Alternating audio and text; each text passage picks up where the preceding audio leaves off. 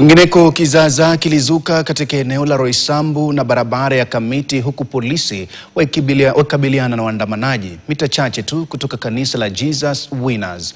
Awali waandamanaji hao waliopanga kuvamia kanisa hilo kutokana na ahadi ya Rais William Ruto ya kuwapa shilingi milioni 20 kwa ujenzi wa kanisa, walifunga barabara ya Kamiti kwa mawe na kuwasha moto.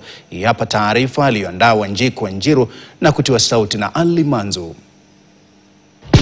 Kilichoanza kama jaribio la kuvamia kanisa ili kupata majibu kiligeuka na kuwa mzozo, huku polisi na waandamanaji wakipambana. Awali waandamanaji hawa walitaka kuvamia kanisa la Jesus Winners ili kutafuta majibu kufuatia ahadi ya Rais William Ruto ya kuwapa shilingi milioni 20 ya ujenzi wa kanisa.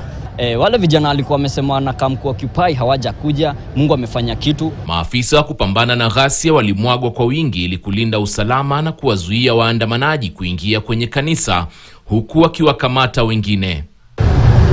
Ibada ya kanisa ilionekana kuanza mapema zaidi na kuisha mapema kuliko kawaida yake. We started our service at 6.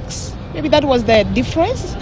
We already started at 7 and we started our service today at 6. We normally finish our service at around 12 a.m. but 12 sharp, sorry. But today we finished our service until around, that was 10:20. Saa chache baadaye waandamanaji walifunga barabara ya kuelekea Kamiti, wakitumia mawe na kuwasha moto kwenye barabara hiyo ikitatiza usafiri. Maafisa wa polisi walilazimika kuwarushia waandamanaji hao vitoa machozi ili kuwatawanya.